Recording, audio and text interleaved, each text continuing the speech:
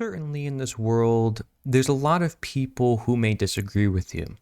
But that's because there's a lot of people. And that's because there's a lot of cultures, there's a lot of experiences, and we're not all the same. And we need to be able to see the humanity in other people, not just relating to them, but also embracing the uniqueness that each one of us has. And so this is not an excuse for anyone to disagree with me because I seek a sense of unity among my fellow man. And I seek to know if I am wrong, most especially, because I seek the truth. And a common theme on my channel is seeking the truth, which is probably why you watch my videos, or at least why I'd hope, because you want to get some sort of value out of it for yourself, for your family, for others, or you want action toward the truth that you already know, or something about this that you basically want or desire for society. But perhaps the desire is the issue. Perhaps the truth is the issue. Because what you're seeing as the truth and what you are desiring and what you are doing, if you aren't able to see the flip side of things, you may never actually achieve it. And this is an irony in the universe, which is so important to understand. And the reason why I have brought Taoism into my works, and again, it's more of an unexpected journey into such philosophy, because I got there naturally. And it has to do with some of these unpopular views I'm going to talk about here in this video, such as the fact I don't watch the news anymore, or really consume any content, even from fellow people in the One Great Work Network.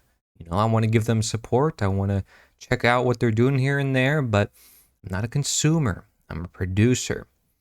So let me talk about more of these unpopular views, because that already sounds like, whoa, Corey, you aren't supporting us, what's going on? I support everybody, and I support the world in their efforts. But we live in an age that comes with many compromises and many things that you have to be able to listen to your body, your environment, to know what to do. There's a lot of compensation involved as well.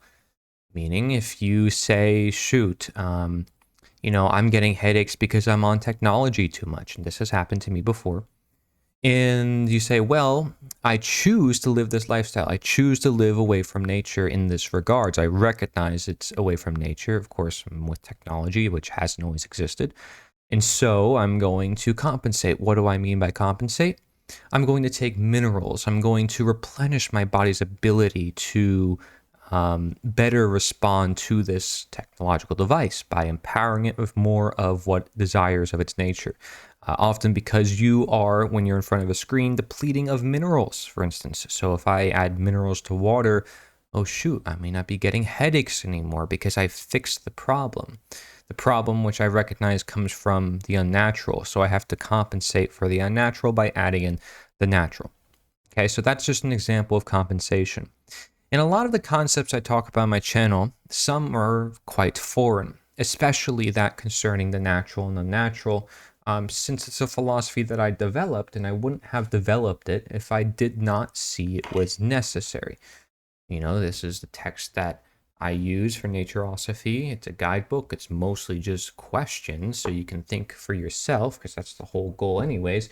And the first part of it debunks itself, saying that you're using a man-made book and man-made text to describe something that's you really can't describe. The same exact way the Tao Te Ching in the first chapter says the Tao is nameless and eternal, basically debunking itself and debunking translations and how, you can't describe love, you can't describe the truth of the universe either. Taiji 2 is a symbol for the yin yang, which is the symbol for Taoism, and it's all about polarity and seeing the opposite worldview. So often in this world, I'm looking at the left versus right versus that side, these people, those people, and I'm able to see all of it. Not that I see all of it, but that's what I strive for. In being able to step back, be present, do some Tai Chi or meditation, allows us to utilize that more. And I've talked about that especially most recently. And I think I'm going to continually more talk about that because, again, I ran into Taoism naturally on my journey. did not expect to run into it. And that's because of my own philosophy and realizing my own observations of nature were aligning perfectly to this ancient philosophy thousands of years ago, which words it better than I can ever do. And actually simpler, which is better as well. Of course, I use questions, which I think are effective, but the Tao uses poetry, which is also effective. Poetry of basically polarities and simple yet profound statements. I love poetry myself. I actually write it about a bit much, but I don't share it publicly as much. So let's get into some of these unpopular views so I can give you some examples. So I don't make videos about myself. Now, this is not really more of an unpopular view, but some people might be curious, Corey, why don't you share more about yourself? And I don't like to say I, unless it's more of just like connecting with you and the audience like I am here. I don't make videos about myself because it's not about myself. It's about the world and what's going on. Of course, this is the best thing I can know, so my personal experience is important, and I talk about it time to time. I don't ignore it. But I also say, wait, the content is for everybody. It's not for me to project my feelings, my ego, my identity onto others. It's not anything expecting of me, like for my benefit. It's not about me, just period. And this ties into the other view that is quite unpopular, which is, Corey, why don't you monetize your channel? Again, I can make money off of this work, but I choose not to. And the reason why is because I want to keep my intentions pure. I started off the channel with no intent of making money. The intent was, I'm going to share the truth. If I make it about the money, now I'm producing content every single day, and I'm looking at this number, and I'm dependent on creating that content for money, no longer for truth. And you can think of it like this. I want to be able, if I want to take a break. 3 weeks, 3 months, or maybe even forever if I say my work here is done. But instead, if I say it's for money, then I'm going to constantly produce content, and I'm going to be looking for consumers. Even though I'm a producer, I'd be looking for consumers to consume my content, and that's not the case. I often make my videos for new viewers on purpose, constantly using the same questions you'll see in my videos all the time. Some similar points I constantly make. Some of you are like, I've heard this already, and that's okay. That's good. As long as, of course, again, it's the truth. And you can remind people what that truth is. Not to create an echo chamber, again, because I make videos like this saying like we need to open our mind. I make videos like this because they're different from the other videos. And I recognize where I might be trapping myself, which I can only do so by stepping back and realizing where I put myself. So this is all part of the process of personal journey on my end, but also your end. Especially as a content creator, content creators will especially get molded or feel like they have to mold their own worldview in order to know more, to speak about more, to sound more intelligent or whatever. I don't care about any of that, right? The intent of my channel has always been and will forever be my creativity and observations of the world, and people, they don't have to like it. They can leave if they want to, and there's no obligation and there's no ties whatsoever to the man-made material world, as I only use technology as an expression of the natural world. And that's all I ever want it to be, period. Because my message, after all, is nature is the answer. So I want to keep it at that. Not about the money. It's basically the antithesis of what is nature, right? Which is this greatest value and wealth that goes beyond it. Education, which especially ties into nature. I say nature is good insofar as it is known. But what's the opposite of knowledge? Maybe knowledge is not also great. Maybe the unknown is important because we need to embrace the unknown and the mystery. That's how we find new knowledge, exactly. If you aren't able to see the flip side of it as well, guess what? That's knowing the unknown. So knowledge is still important, even though it's not. It's about focus here. It's about seeing the bigger picture, which again can't be described with words. So although I have a philosophy, although the Tao has a philosophy, it was never an ism. It was never philosophy till later on, till people made it that, until people said, well, we have to do this with that, and how do we apply it? And they feel like they have to do something with it, right? And this is humans doing what they do. I'm an inventor. I like to create things. Another unpopular view of mine might be saying, well, basically the man-made stuff doesn't matter. Including my own books, I recognize it doesn't matter. Now, it's not that it has no value at all. Okay, because it's created for a reason, and there's a reason why I wanted to create it. There's a reason why nature told me to create it, essentially, through my desires, which I should not ignore and just say they're all bad. It's about recognizing your desires are limiting. They can only bring you so far. And those desires can especially hold you back from the bigger picture that I'm talking about, from seeing past. If you're always looking at the end goal, for instance, this is just one example, saying, I'm running on a mile, I'm going to run this mile, you might forget about your environment and whatever's going on, right? But if you were to take a step back and say, I'm going to touch this tree, I'm going to look around me for a second, I don't desire to reach that 1 mile. Maybe I do, but if I do, I'm still going to recognize everything else, okay? And you can have the desire of being desireless. And if you're desireless, you're kind of free, aren't you? You're free from attachment. You're free from expectation. You're free, period, my friend. Because freedom is freedom from attachment, ultimately. Being that nothing's holding you back if you look at the definition of freedom. Now, if you say there's a different definition of that, great, because I'm sure there is. And being able to see everything that I say in its opposite worldview is such a beautiful thing. It's a thing that allows us, again, to not just have a bigger worldview, but to then open our minds and then constantly keep learning and constantly have more knowledge and therefore have a greater understanding of nature, which is so limitless in its potential. So let's get more into these unpopular views. Not voting or electing. Corey, why don't you support politics? Why don't you support voting and such? Well, I have a lot of videos on this topic. One that's my favorite is Abolitionism Explained by Larkin Rose. I'll put that in the description for you guys.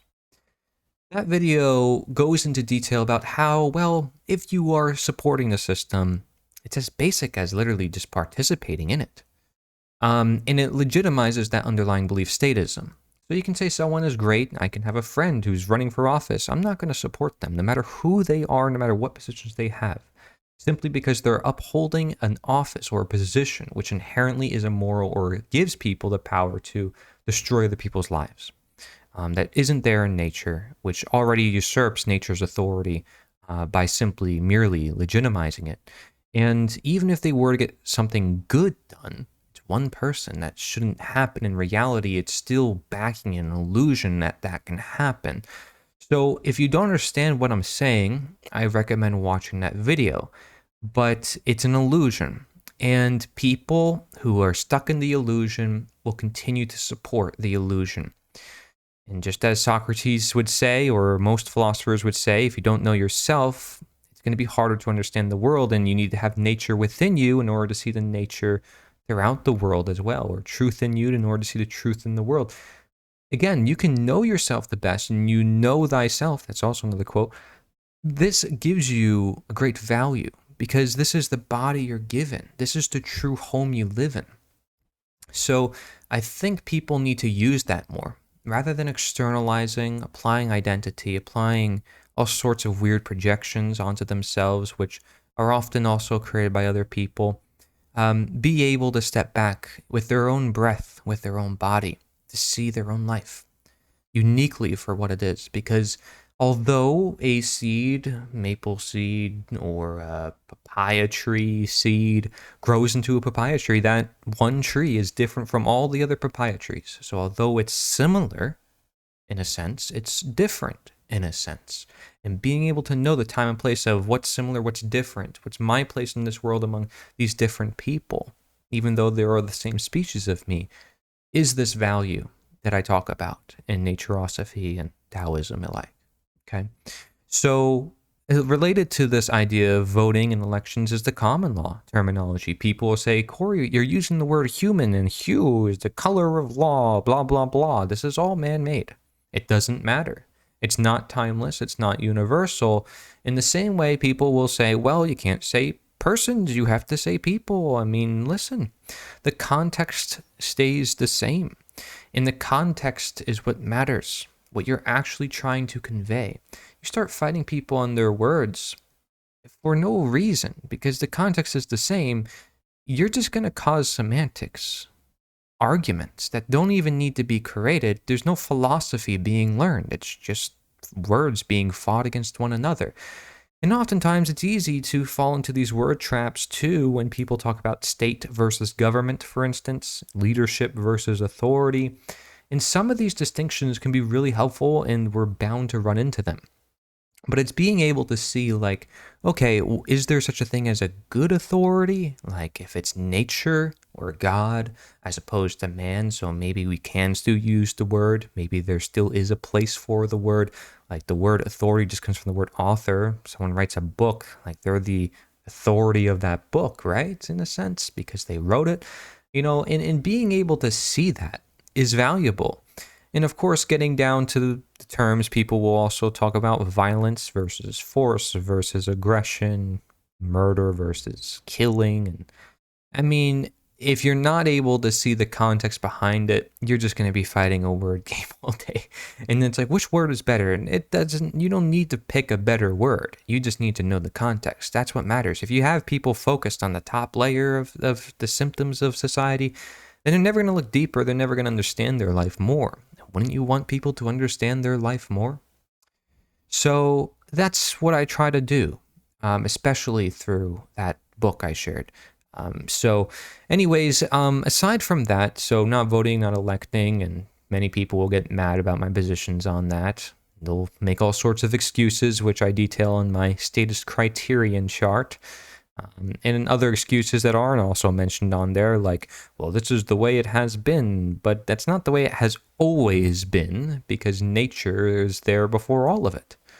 And just because it is the way it is now does not make it right. Doesn't mean we have to work with it. And anytime you justify a lie, it just creates more lies. Why not always be honest and strive to be the example of change?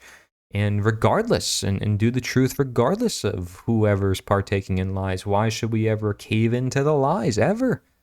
We can talk to other people who might be doing wrong things, who might be partaking in the lies, and treat them as human beings because they are. But that's because we see the truth underlying the lies. And that then allows them to see the truth underlying the illusions of their own reality. So this is the whole premises, okay? And this is a common theme among my works. So here's another thing. I don't denounce religion. Now, I actually denounce religion quite a lot in a lot of my works, but in other works I don't. And sometimes I use quotes from different ancient texts in the Bible or whatever. Of course, I'm partnered with William H. Douglas from the LatterdayLiberator.com, who's a Latter-day Saint. I don't care. I'm friends with many Christians. I'm friends with people who are Buddhists, of all sorts of different religions. It doesn't bother me.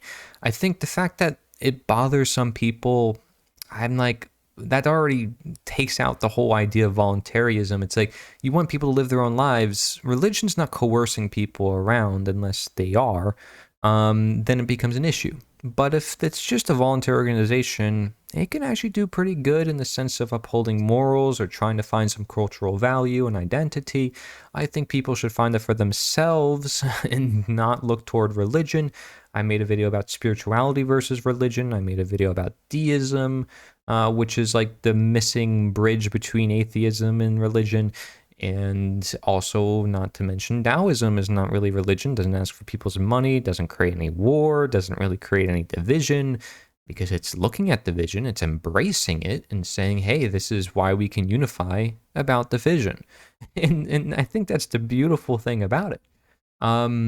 There's no strict, like, you have to wear a certain thing, look a certain way, and people can know about it without even saying the words or reading the text, and they can be practicing it within their life, not even realizing that they are. So if there's a tribe out there in nature who's totally in tune with nature, they've never read the Bible, I'll ask a Christian, I'll say, are they immoral? Are they bad? Are they going to go to hell because they never read the Bible? And a lot of them will say to me, yes. And they're uneducated, or they need the Bible to go to them. It's like, no, they don't. They're living perfectly fine and happy. They don't need that. Oh, they're instinctual. It's like, their life. You want to judge them? Everybody's so complex and beautiful. I don't really want to judge other human beings for that reason, that I don't walk their shoes. How often do you talk to people and you're like, wow, you went through all these experiences? I didn't even tell that you did. Or, wow, you're a totally different person now from the way you used to be, or whatever, right? And many people make assumptions of me for my age or what I know and think that, hey, Corey, you don't know enough. You need to know more, and well, you're ignorant. You don't need, you're not life experienced enough. You're sheltered or whatever. And I fully accept their claims. In fact, I welcome them if they want, because I don't really care. They can say whatever they want about me. They aren't me. They don't know who I am. Am I going to learn from it? Am I going to reflect on it? Absolutely. But is it going to really make a difference if I know who I am and what I'm doing in this world? Probably not. In fact, be careful in case you are projecting. In fact, be careful if you are missing something. If you're telling other people how to live their life, I question what you're doing in your life. Anyways, aside from that, I don't talk about conspiracy talk much either, although, of course, I'm open to it because you'll see time to time people will mention all sorts of things to me, and we have all sorts of crazy conversations. But the point is, a lot of it is just based on speculation and faith in the bad use of the term. I think faith gets tied into religion. But, faith in the good sense of the term is like, you want something to be better. Faith is corrupted by the religious terminology to say, shoot, you should just believe in something blindly because that's faith. And that's not how faith works, at least in my view of it. So that's that. I don't want to talk about things that I can't really prove. And there's so many things. People just read the news or they'll watch a conspiracy thing and there can be loads of evidence, but they still never lived it themselves. They've never seen it themselves. And they aren't able to see there's natural inherent principles or philosophies that they can observe within their own life that goes beyond any book, material, content creator, anything. And they don't open their eyes to see that. So many of our ancients created all these ancient texts, and look at us now as humanity. There's more of us than ever, yet how many ancient texts are being produced now in actuality? And you could say there's some books that are really good, but do they really last as long as those ancient texts? Are they really as profound? Why is that? Our ancients studied the skies. They were outside in nature all the time. They were doing this work constantly, reflecting upon the universe for themselves, without consumer influence, without YouTube and the internet to look up things all the time. And yet we always ask, well, how did they know this? How did they know that? You'd be surprised of what you can know if you use your brain. Again, this is how I created my own philosophy and how I wrote my own books. You think I would have expected to do that? I never read all throughout my schooling life. I never wrote anything or read anything. I'm fully self-taught in such arts. Now, some of my teachers, they were awesome, and I was half cyber, half public school, and they would challenge me, and they were just really supportive and just down to earth. They didn't even teach me anything. They were just supportive, and that allowed me to flourish on my own. Others were imposing, and they said, you had to read this. And I'm like, why? This discourages me more. But being able to see both those worlds are not a bad thing when you're able to take a step back. When you're able to naturally be an outcast of society because you're naturally yourself. And that's all. I don't have an agenda. I've made articles and videos about this, how I don't expect anything of you because I just want you to be you. And that's literally it. That's my whole message in a nutshell. The minute you run for politics, you're not being you. The minute you put on a costume, the minute you put on a title, you're not you. The Tao is eternal and nameless. It's almost like people know it because it is common sense, but they ignore it anyways because they want their ego attachment. And because of that, they destroy themselves. And I sit back and I'm like, have fun with that. See where it leads you. And oftentimes, it just leads to further grief, or it leads to more responsibilities than they can handle. It leads to burdens and obligations that they don't know how to get themselves out of. In many situations like that. And these are complex scenarios, which is why I have to continually make more work about this. But even despite how much work I make, that doesn't mean people are going to watch it or read it or take any value from it. Does that stop me in my tracks? No. I do my own thing, and even if I could just change one person, that's a beautiful thing, and I am. For anyone thinking that I'm just reaching the people who already know this knowledge, that's not true. all the times through my shorts and through my efforts and clickbait and titles and thumbnails or whatever, it's actually bringing in a lot of new eyes. And they're commenting, they're curious. Some people willing to learn, other people get a little defensive. But then I still send them the information anyways. I still go with an open heart. I still reason with them because they're my fellow man. And they don't have to agree with me, but they can at least look into it just as I would anything they send to me. Not that I'm going to say, shoot, this is of the man-made manifested world, because many people will send me, hey, Corey, you got to watch this documentary. Oh, look at this news story. Oh, look what this politician is doing. And I will just bluntly say I don't care about those things only because nature doesn't. And how am I to speak for nature? I can't. But that's the very problem often with these news stories. And they're presuming the role of nature in many regards of saying this is how the reality is, this is what must be known. And again, it's not through your own personal observation. There's a lot of issues that people don't see with these things. And so having to describe this because people don't see it is why I do what I do. I understand that my task can seem impossible at times, bringing people back down to nature in a world of illusion. It doesn't discourage me. It doesn't bring me away from it. I think just hearing a human talk for themselves, be themselves, regardless of their appearance, can do wonders by itself in a world where people have to look a certain way and go on camera and be scripted a certain way. And people can sense that difference too when they're in person. They feel the energy of somebody who's real, who cares about them. And that is more powerful than people actually give consideration into. And it's ever going to be more powerful moving into AI and not knowing what's real. If you want to know what's real, then you fall truly in love. Then you truly touch a plant. Then you truly understand yourself and you're like, wow, this is what love is. This is what humanity is. This is what life is about. And only people who've had those realistic experiences can say for a fact, this is what life is about. And even then, there's more to life than I know and more to life than I can have ever done. This is the continual process of getting past illusion, and the more you do so, the more you personally will be happy, or at least aware, and therefore make better decisions within your life. And better decisions, what does that even mean? Good, right, what does this mean? Another unpopular view of mine, and many people, again, unpopular, other people who saying it's unpopular, I'm just expressing my feelings. It's an unpopular view for me to say objective morality does not matter, and it's not even important whatsoever. Now, I use this term and I change it to natural authority to make it more clear what it's actually doing when people usually use this terminology, but the terminology itself, objective morality, is not required. Larkin Rose talks about this several times.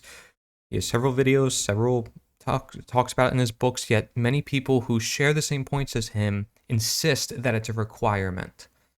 And I just want you to just take for a moment, a second to say, is that really true? Okay, it's like natural law is the only solution. Like, what about voluntarism? What about anarcho-capitalism? What about, the abolitionists and the abolitionism, moral suasion, right? What about the Socratic method, candles in the dark method? I mean, come on, that doesn't require anything. It's just asking questions. But if you say there's only one solution, it's got to be said a certain way, there's things have to define a certain way, you might actually deter some people. And guess what? You do when you talk to people. You're like, well, morality, it's more complicated than this. How do you prove it? Oh, and, it sounds kind of religious because everybody's saying the same things, repeating the same mantras. It's like, you can almost tell it's because you set up a box. Even though it's a box that's away from, a smaller box, it's a slightly bigger, more open-minded box, it's still a box. The same way the common law is an alternative to the government, admiralty law, whatever. Guess what? It's still an illusion. It's still holding back progression in humanity because it wants to control what is nature by saying what nature is. And you just can't. Once you try to control nature, you end up destroying yourself. You end up destroying nature and what the beauty and complexity of what life is.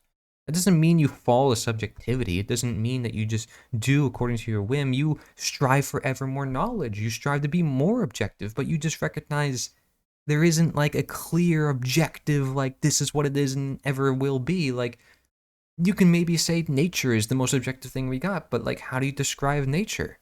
It's like, change is law. Everything's constantly changing. Things are always changing. And you can say, well, that right there you're claiming is a law, therefore it must be objective.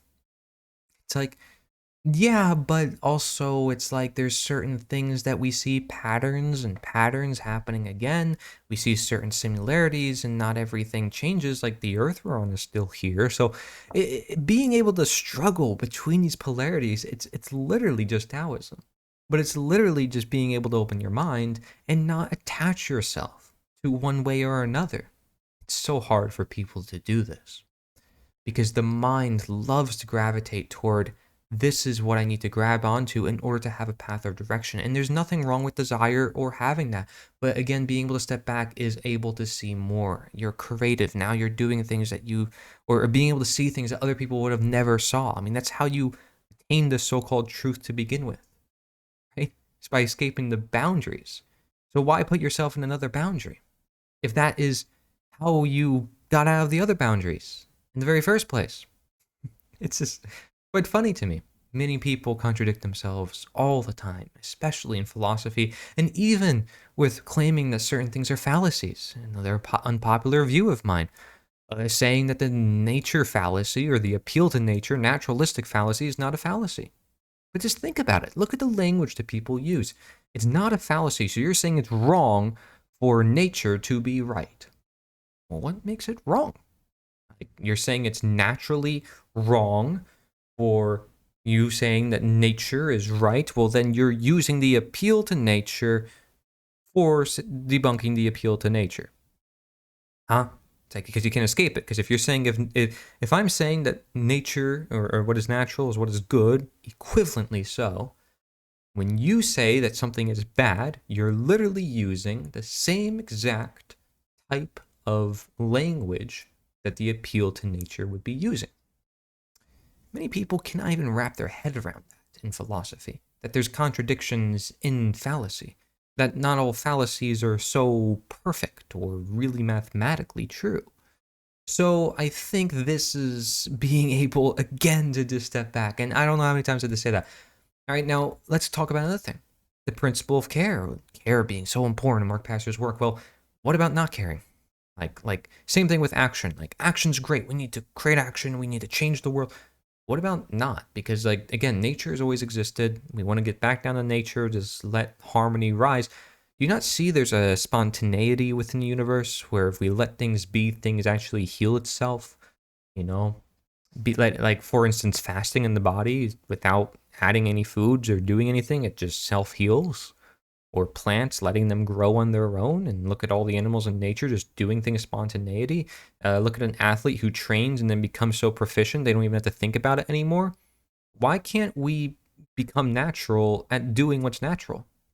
This is what I talk about in naturosophy. It's like the end goal, the philosophy of it, is reaching that point in time where the Wu Wei, and as it's called in Taoism, and the Ziran are one together. The Ziran is the natural, the Wu Wei is the effortless action. So effortlessly going about in life, doing the right thing. And the right thing is, well, effortlessly. So you don't even have to think about it. It's not even like you have to have a conception of it. In fact, it's because you're just allowing what nature provided for you. So that you don't even have to make a conception of it. It's just allowing it rather than making it, which is the man-made problem where he interjects with his will, with his whim, says this is how it must be limited, this is how it must be viewed. Same thing. Whether you're imposing it on someone or whether you believe it, you're imposing your will on nature itself, nonetheless other men, through the form of government. Okay, so these are different ideas to understand because if you're not caring, let's say you're letting go, you are able to know when to have fun, to have humor, to not care so much and just be carefree. This is a beautiful thing. You know, Zhuangzi talks about this in his works related to Taoism, talking about the idea of, well, if you're not really letting go and having fun, I mean, you know, what's the point of life? But also, like, that's part of, like, the polarity of care. Like, anything you mention, if you're not able to see the other side, You're not going to be able to care more about your universe unless you start, test trial and error and find out, oh, shoot, I should have cared about this. Oh, shoot, I should have cared about that. And at some point in time, you can't just hold on to everything. You can't say, I care about everything at every time and every moment. I mean, we're going to step on an ant. We're going to touch certain things. Now, we can become conscious, but we can't be fully conscious. And sometimes letting go is allowing nature to do its course again. And that's a beautiful thing. Does that mean we follow subjective behavior and do bad things? No, because we should still keep our consciousness intact. But it's about knowing how and when to let go, time and place. Knowing what are we doing when we're letting go? Is it a productive behavior, a behavior that works in alignment with our consciousness, or is it not?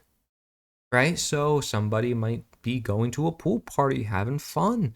They know what they're doing, but at the same time, when they're doing it, they're just letting go, having fun. This is their way of deprogramming from, I must do this. We must be in this fast-paced world doing that and that and that and that. That's a beauty, again, in life. Being able to see a child run through a field, just having fun, free of worries and stress in the world, which so many adults can't do because they're wrapped in the man-made world and they don't know how to escape it because they created it for themselves. And that's why children and animals are superior to adults in ways that the adults are so ignorant of because they're wrapped in the man-made world. It's just that simple, folks. And it isn't just that simple because it's also complex. It's also the adults' fault just as much as it is the kids. It's about knowing how and which ways they are. This is seeing the dynamic of life. People will say to me, hey, Corey, why aren't you talking about the Jews or this or that? And it's like, doesn't matter. Consumerism. I gotta learn about this. I gotta learn about that. I gotta know about everything in existence and the new thing that rises to the top that everybody's talking about. Consumerism, symptoms of symptoms and symptoms. Never, ever ask the questions of the philosophy or the education of nature. And even growing food, no offense, growing food, another man-made thing.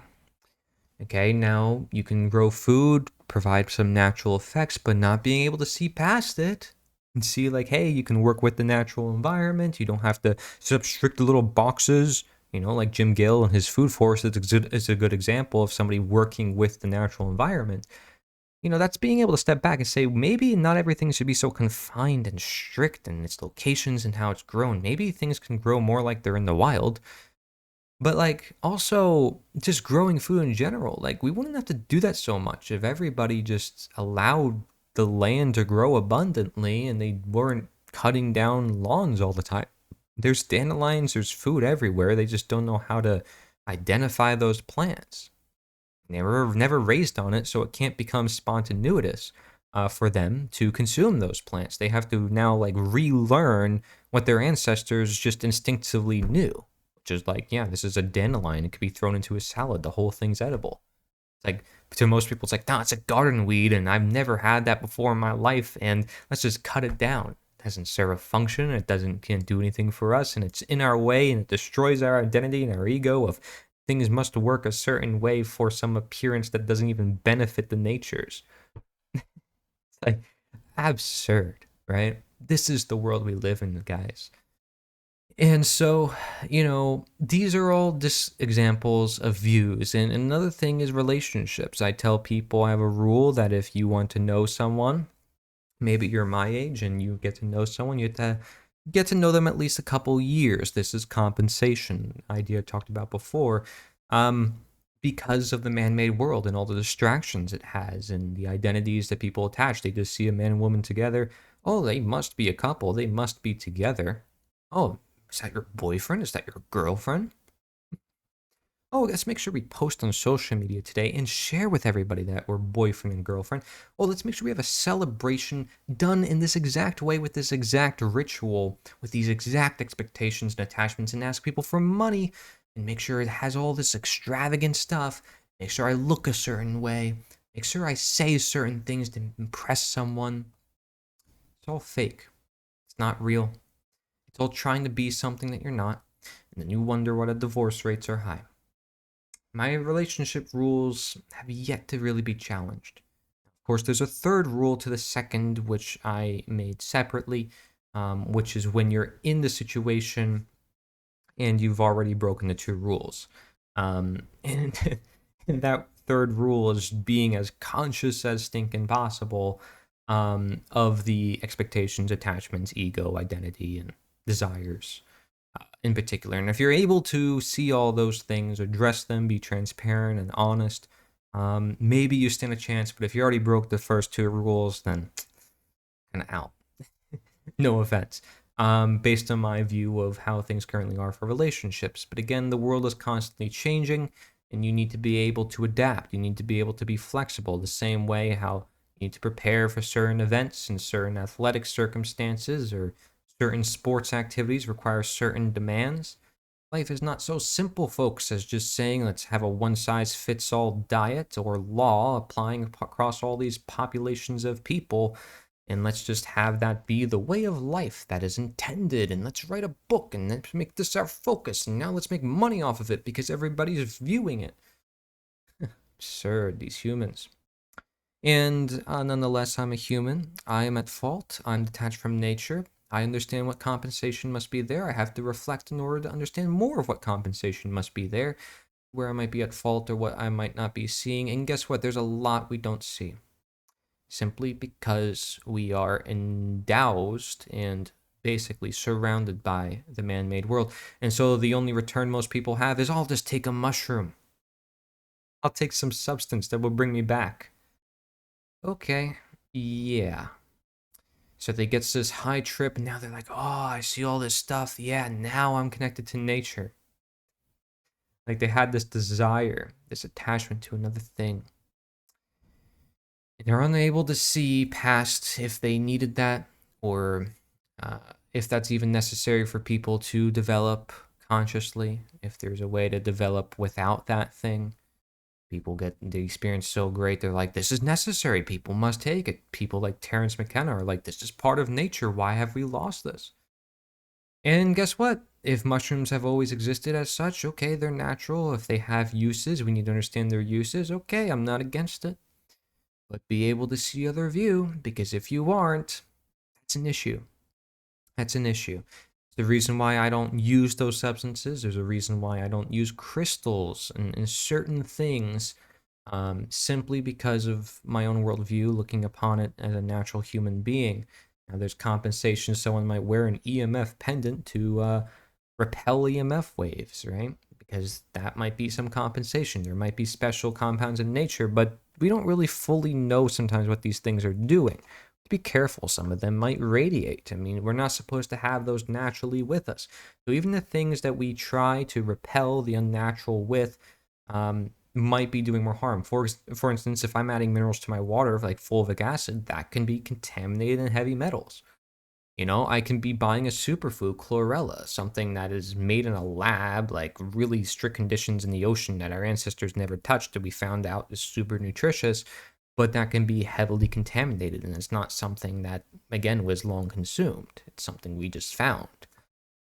So living out of alignment with nature is basically asking for chaos or asking for confusion one way or another. And that is something that you have to simply embrace at some point in time. If you, say, are like me and you're in front of a computer screen a lot. So it's like, I accept the problems that come with this. And I know there's going to be problems that come with this. The same way I know, because of the man-made world, I know there's going to be problems. But being able to know that, again, gives you strength, allows you to see more of nature, allows you to recognize more. And you can't live with fear. You can't live with those things that are going to drive you down. It's not going to help you in your evolution of knowledge or seeing more of nature or developing more of your nature. Okay, so be able to see that, but like, again, fear can be a good thing in the sense of, I'm running from an animal. I need to know when to use my instincts. I don't just need to know when to use my conscience. Like, do you see how I can make an argument for every little thing in this life? Who can actually do that? Unless they have an open mind. That's all I ask you to do. And another thing is, like, I talk about movements on my channel, and I've asked people this question too. I say, do you think a movement is necessary? And they might say, well, I don't like the idea of people attaching logos and, themselves worshiping flags or whatever like that. And I create my own flag, create my own logo, and I encourage people to do their own. And when I create the movement, I put it in quotes. I said, okay, it's nature. It's unlike any other movement in the fact that it's just representing what is. And there's no expectations, there's no signups, there's nothing like that where you're exposing yourself. You can edit it, and please do make it your own. This is your movement. It's just for education purposes. So I designed it in a way where it's like not really movement, and like no one's ahead of it. No one's in charge of it. It's just there for people to unite and come around with. So like there's like a tattoo or an ancient symbol or words that we use that are symbols. You can't really escape some of this expression and creativity. It could be complementary. I'm not saying you have to use the movement, but I created it for people who want to. And it's not like any other movement that I've seen. So this might be an unpopular view to people that I have a movement to share these ideas, and that I also say that it's necessary to help share these ideas many times because I see that the world is troubled and I don't know how that world is going to get better. So I constantly am like, well, it's got to be a movement, right? It's got to be something that really brings people together to amplify the voices. And I still generally believe that it's going to be a movement one way or another, whether it's from one movie or from one tweet or one content creator, one book, or whatever it is. There's going to be moments in time that really bring people together, and they're going to latch onto that thing. Not that they should latch onto that thing, as I talked about in this video, but it's helpful in the progression. Being able to see past it allows even more progression. And I think that's what the knowledge involved in the movement and the website can do for people, is they can attach themselves to it, but then realize later in time, oh shoot, I shouldn't do this. Same way, where I was sharing natural law, Mark Passer's information on my channel for several years, and had developed a great understanding for it to the point where I was like, I don't even need it anymore. I developed an understanding to the point where I know nothing. The same way Socrates came to his conclusion.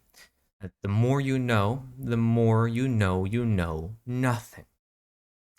And again, Tao is nameless, eternal, but invisible. It's not there.